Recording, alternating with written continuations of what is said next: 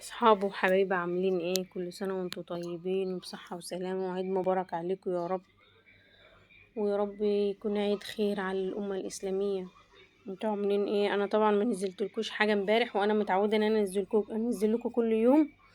بس طبعا بقى احنا بنروق وبنعمل تنظيفة العيد. هو احنا كنا بنروق كل شوية مش كل يوم، بس طبعا بتفرق بقى لما بيجي أعياد أو يجي حاجة، الواحد بقى بيقلب البيت كله.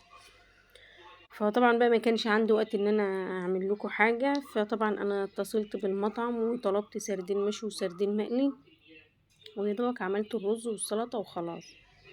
بس حبيت ان انا ايه، طبعا انا بشارككم في كل حاجه، فطبعا قلت اشارككم في دي برضو، فما عملتش حاجه جديده يعني.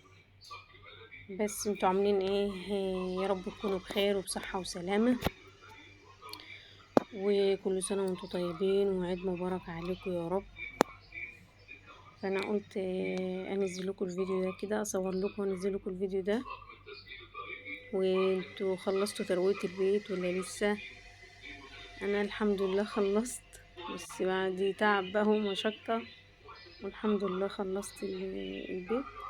وان شاء الله هعمل لكم فيديوهات باذن الله، هعمل لكم النهارده فيديو برضو.